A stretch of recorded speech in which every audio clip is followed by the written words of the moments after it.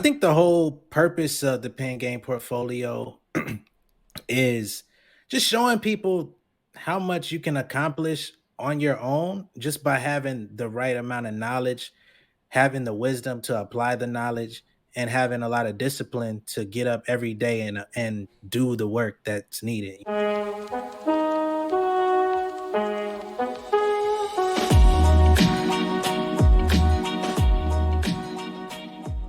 J Nolan is in the building. Welcome, welcome. Hey, what's going on? Such a dope Listen, introduction. absolutely, because the song is fire. We see DJ Red Handed is on help on the cuts back there as well. How you doing first and foremost, Jay? Everything is good. I can't complain at all. I'm just glad to be here for real.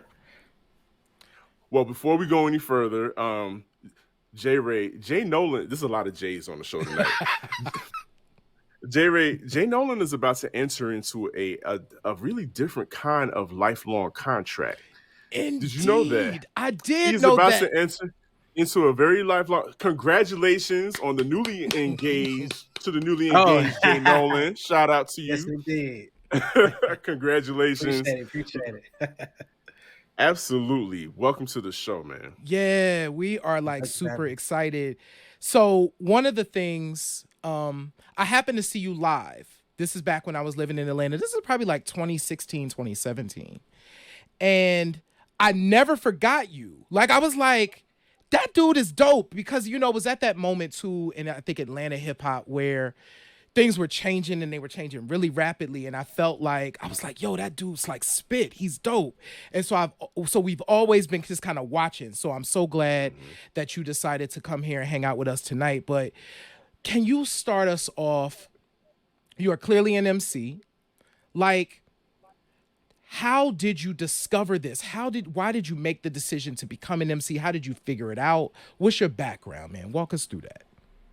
Okay, so I've always been obsessed with music, honestly. Like that was outside of like basketball, music has always been the thing that carried me throughout life. My earliest memories was being like 2, 3 years old. You got the crisscross, the Rex and effects, and all of that type of stuff coming on TV. And you know, MC Hammer, my brother broke his collarbone doing an MC Hammer spin, fell on his neck. You know what I mean? So all of this type of stuff was always around me. So around 8, 9 years old, same older brother that I'm talking about, he was already like doing music and recording with his homeboys. He lived in Connecticut. I lived in Atlanta. So he was coming down from up north with all of this swag and like, back at that time they was wearing the goggles on their head and it wasn't like that in Atlanta. So I'm like, I gotta get like him. So he kind of influenced me with everything that I had going on at that time. 'Cause I just wanted to be like big bro. So I just kind of emulated him. And like once I turned about 12, I kind of decided to really get involved with like rapping on the school bus and all of that type of stuff. Cause that's like the Freestyle Friday era and Yeah. Direct Effect on MTV. So all of those things were like really influential to my whole journey. So once I got bit with the bug, it was a wrap. I didn't want to do nothing else. And then going into high school at 13, I still had like basketball aspirations, but I hurt myself during that summer trying to prepare to go back to school and try out for the basketball team. But I kind of like got side swiped out the air at the gym and like snapped my tibia. So I was out for like 3 months, the entire summer. So all I really had to do was like play songs and play video games. And I started writing songs over like my favorite beats that I was listening to. I didn't even have instrumental tapes at the time, but I was just like listening to like at this time, it's the Outcast, the 50 Cent, Diplomats, Rockefeller had everything on Smash. So I'm just like trying to write and keep up with what they're doing. And once I went back to school, one of my homies was like, "Yo, like this stuff that you got in this notebook is actually like competitive with what we're listening to." So once I got that confirmation, That was all I needed. Wow, man. I just been at it ever Wow. since. I didn't want nothing else. And hearing your story, there's a lot of similarities to a lot of stories that we've heard of people who they get that bug, and they follow the same lineage of coming into the game of being a rapper, but just clearly. And I was at that show too, I believe, J Ray. You I was were, at the yeah. I same believe show. that. I meant to say that. Yeah, I think you were there with me. Yep. Yeah. Yeah, so I recall that, and so by that time, we are in full-fledged, you know, 30 years into of hip hop, and hip hop being a business, Mm-hmm. Yeah. and a lot of people trying to break into the business and not realizing that it is a business, and a lot of people historically have gotten jerked, and it's just a continuous, I call it a circle jerk. It's a continuous, event of unfortunate series of events for people that are trying to break into the business of music, especially rap music. Mm-hmm. But when did you, in your artistry, like figure out and say, and sit back and say, there's a lot of craziness, a lot of unfairness, a lot of injustice going on to myself and fellow artists. When did that switch go off for you to put on the activism hat, Mm-hmm. as Oh it man. pertains to artists like yourself? It took a long time. I didn't really start getting involved with that side of it till 2019. So it was probably I had already been doing music for like 12, 13 years, if not more, by that time. So um I just was being very observant because like I was trying to figure out why I didn't feel like my music was reaching the people that I thought it should. That was one element. The other element was so many other people that were around during that time where y'all saw me at that show, you know. That was a whole class of artists, and a Hmm. lot of them still aren't here Mm-hmm. doing music today. A lot of folks have passed on to other things. Mm-hmm. So, in order to kind of sustain myself, and not just myself, but I wanted to see people like me be able to continue to do what they love and not have to suffer because you want to do it. So that was basically the main motivation that got me into the whole music education side of things. So my first real foray into it, I used to do this podcast called Fresh and Local Radio with some of my friends, and I got tired of just talking about current events and pop culture like all the time. It got to be like repetitive. So I'm Mm-hmm. like, but I'm watching like people like Ryan Leslie at the time. He had like the super phone, and Mm-hmm. he was doing interviews talking about that stuff. So I was bringing that information to the podcast and wanting to talk deeper about that. And once I saw that there was somebody out there where I knew him from being in the major label system. I didn't really know what was going on with him at that time. And then I saw him talking about the technology aspect of things and how he was able to build that one-on-one fan connection and talk to his supporters and basically move without any industry assistance, no management, no nothing. I'm like, that sound like something I would do. So I just started like really engulfing myself into how I could kind of do the same thing in my own way. And it was kind of like another thing that influenced it was I started getting a lot more placements in the TV and film sector, and a lot of my peers were curious like how I was doing it. So it was like, okay, this is a lane where I can Mm-hmm. actually show people how to do some of the same things that I'm doing, or even just get on the same thought process that I'm on, so where we all can start figuring some things out for ourselves. So that was pretty much the light bulb for me.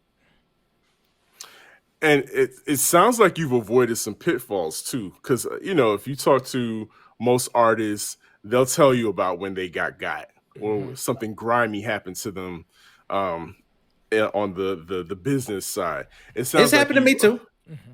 okay. Yeah. All right. can you tell us a little bit of like maybe what happened or what was that moment that you were like, oh, this is grimy. This is that I can't let this happen to me again. I've had a couple different circumstances. So the first one that really stood out to me was I had did like a collaboration with this company over in Germany, and they wanted me to like be a part of their label, and it was like a new label that they were rolling out, but they had some partnerships and things of that nature. So I did this whole EP with them, and it was being distributed in like Urban Outfitters and all of this different stuff.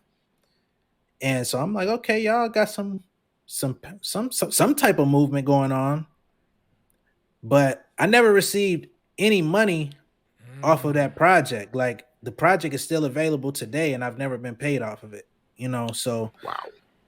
I'm like, I know at least made $1 out of there. Like, y'all ain't gonna give me nothing. Like, all right. so that was like one of the first. Go ahead. Oh no. Go ahead. Finish this. So yeah, that was like one of the first situations that made me really curious. Like, yo, I don't know what's going on here. I don't think that's how it's supposed to go though. And then more recently, even after I started helping other artists in 2020, I had started this management partnership with the local guy here in Atlanta, and he was actually managing these producers that I was very fond of, still work with them to this day. But basically, I was looking at their situation. I'm like, oh man, they got a nice little situation going on over there. It looks good. Let me get down. And we did some meetings and whatever, did a single and, did like a test run, seemed cool. But the paperwork really wasn't right ultimately. And outside of just the paperwork, our personalities didn't mesh very well either. So this particular person, he had like a very blunt way of speaking to people. Not just blunt, but he was extremely opinionated on top of the bluntness. So those type of people, they're not very receptive to other people's perspectives. Rubs people the wrong way. And I started noticing that was kind of like a recurring theme. Like people kind of knew this person for that personality trait, so they didn't really want to be around him. So I was noticing it, but we were still working, doing things. But we had a particular instant where me and those producers were collaborating on this virtual event because this was 2020, and like he cussed out this dude for something that was like meaningless, right? And he cussed him out, kicked him out his crib, like the whole nine, while his brother is sitting there and he's like, nah, you ain't gotta leave, but he gotta go. And it's like, huh?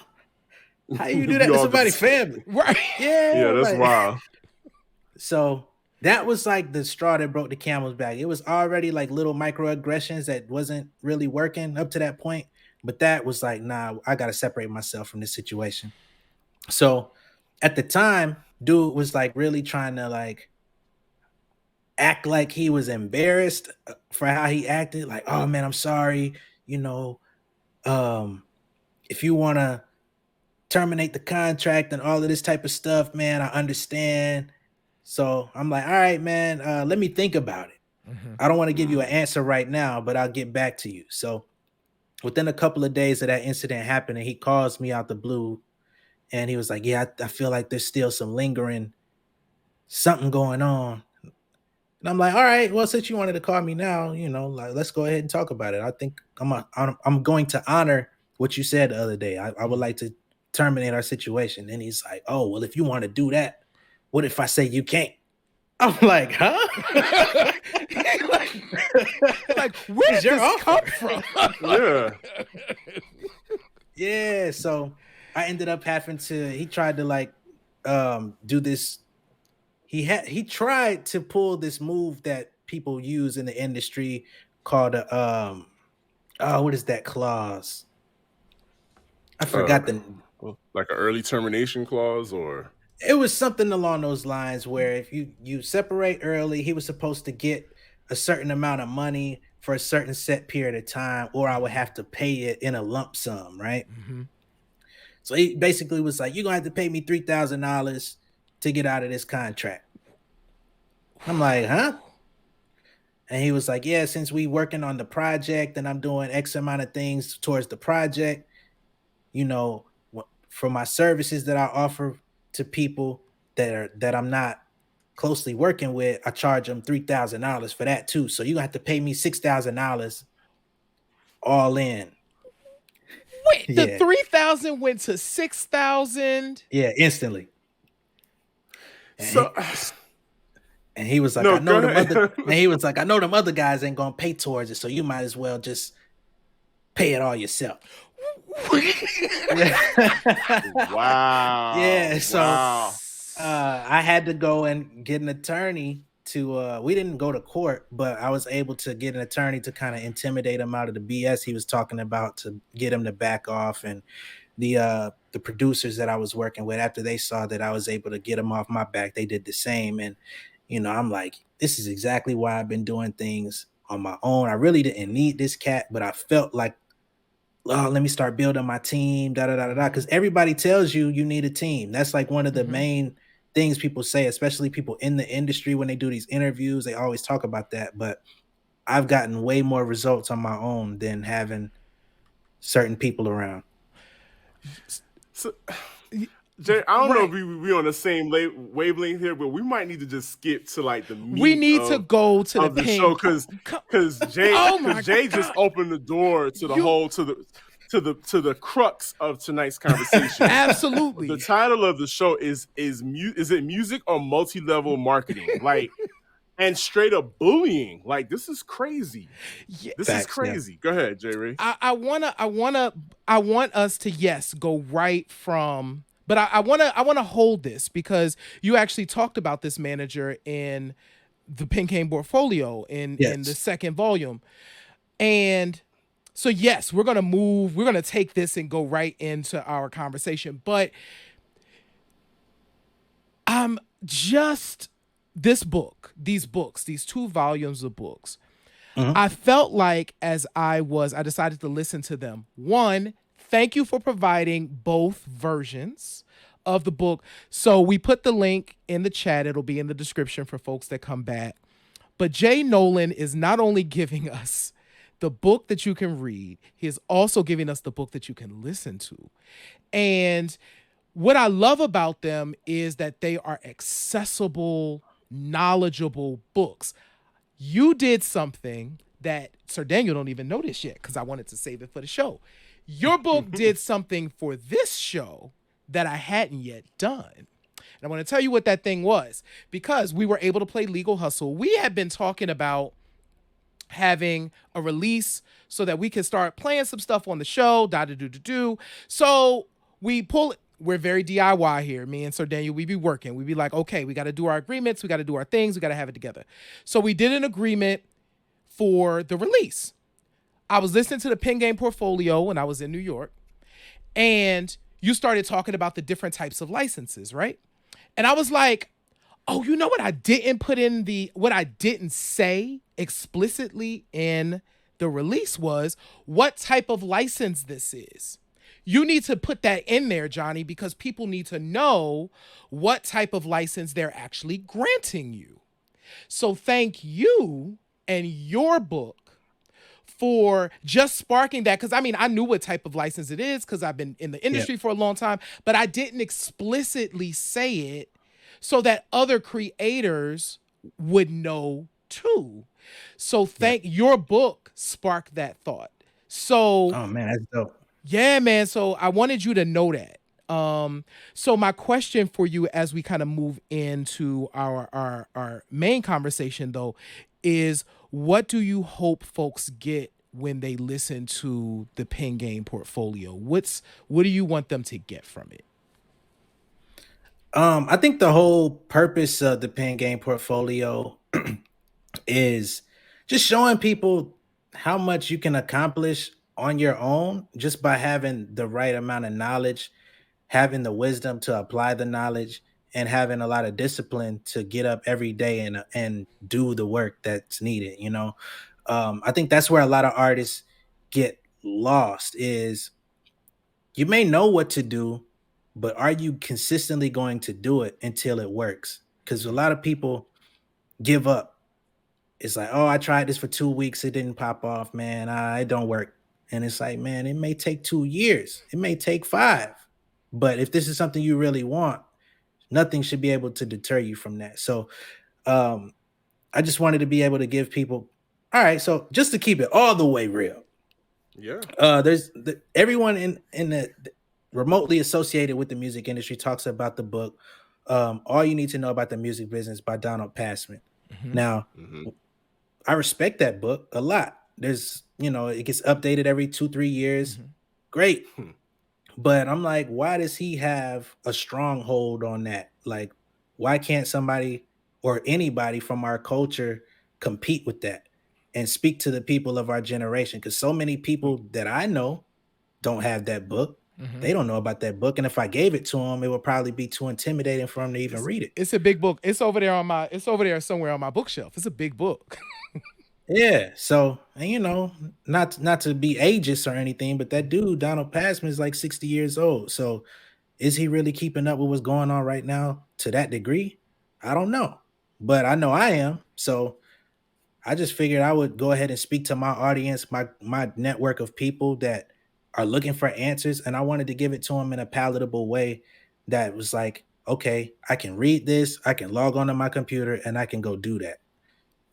And I also wanted to compete with a lot of the people that are, running ad campaigns on social media, giving people bad information.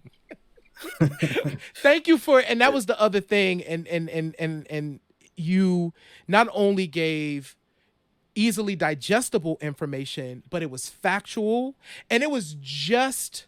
So I'm shouting out. This is your plug for this is me plugging the Pen Game portfolio. I want everybody to check it out because you give folks exactly what they need to start the process. And I think you said that at some point in the book. Like, I'm giving you what you need to at least start you off, and then Yep. you can go from there. Right. Absolutely. Absolutely. J Ray, I kind of wish, and shout out to you, J Nolan. Again, you say this is for your generation of artists that are coming up.